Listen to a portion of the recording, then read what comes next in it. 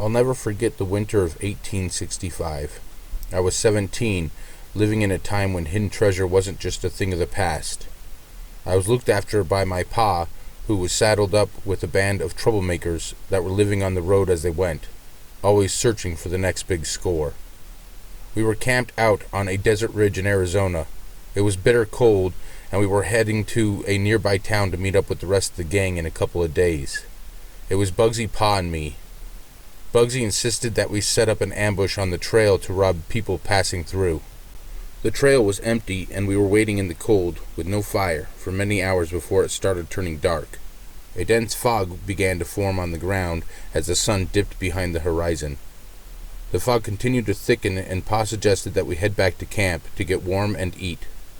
Bugsy reluctantly agreed until he spotted a light moving slowly through the fog, heading toward us on the trail.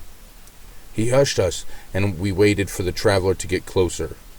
It seemed like forever until we could make out the hazy silhouette of an old woman traveling alone, carrying a rickety-looking lantern. As she neared passing the rocks we were posted behind, Bugsy leapt out with a knife drawn. Pa quickly joined him, and they demanded her to empty her pockets. I remained hidden off of the trail while she obeyed their commands. She had a strange blankness cast upon her face as she turned her pockets out. Though it was difficult to see through the foggy darkness, only an old tattered map dislodged itself from her worn pockets. It floated to the ground as the wind began to pick up. Bugsy rushed forward to grab the map and knocked the woman down in the process. She stumbled backwards and fell into a bush, the lantern slipping from her hand and smashing to the ground.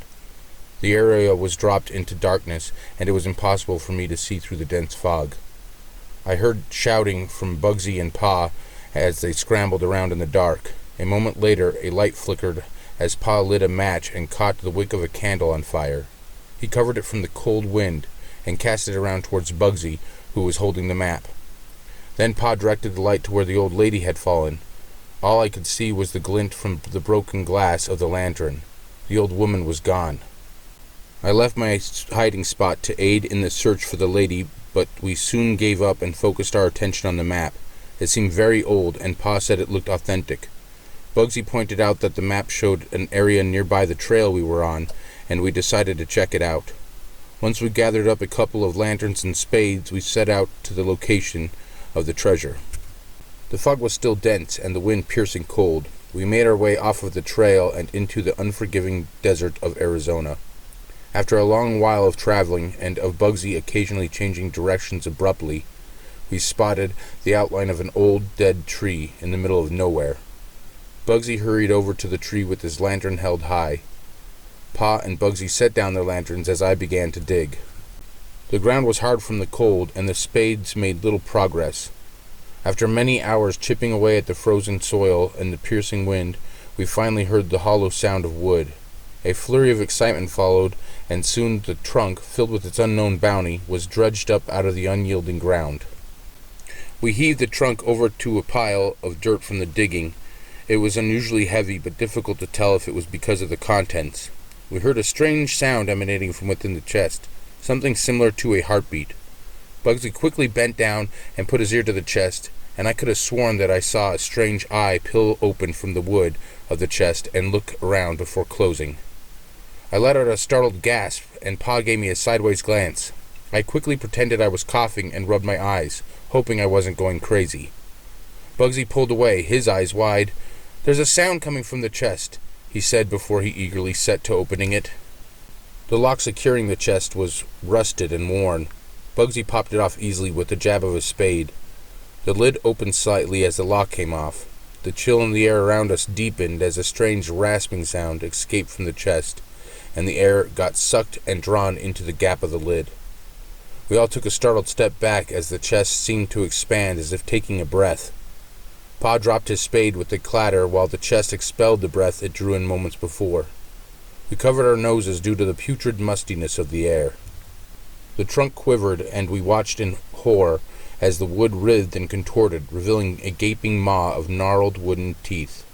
2 slits in the wood peeled open, revealing 2 malevolent-looking eyes staring back at us. We stood frozen in shock, unable to run. My heart pounded as I watched the creature that must have been from the depths of folklore. Pa regained his composure and charged forward, grabbing the spade he had dropped. The creature lurched towards him as two wooden arms surged out of its sides. Bugsy jumped in front of the advancing creature and attempted to kick it. The creature was too swift and caught Bugsy's foot in its mouth. It chomped down hard, severing the foot from the shin down. Bugsy let out an awful scream as he fell to the ground, his stump of a leg squirting steaming blood over the frozen soil. Pa raised the spade fearsomely and swung it down hard at the monster, but again it was too quick and caught the spade with one of its newly formed hands. The other arm grabbed onto Pa and began dragging him by the wrist into its waiting, hollow mouth.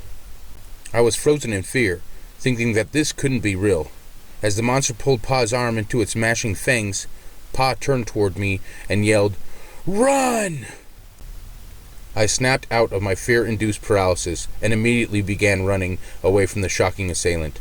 I heard my Pa scream in agony, and I glanced back in time to see the monstrous chest overtaking Pa as its teeth mashed and gnawed its way around his fallen body.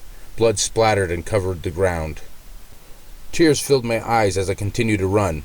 Eventually, I made it to town and met up with our gang. I told them everything in a panicked desperation, pleading with them to believe me.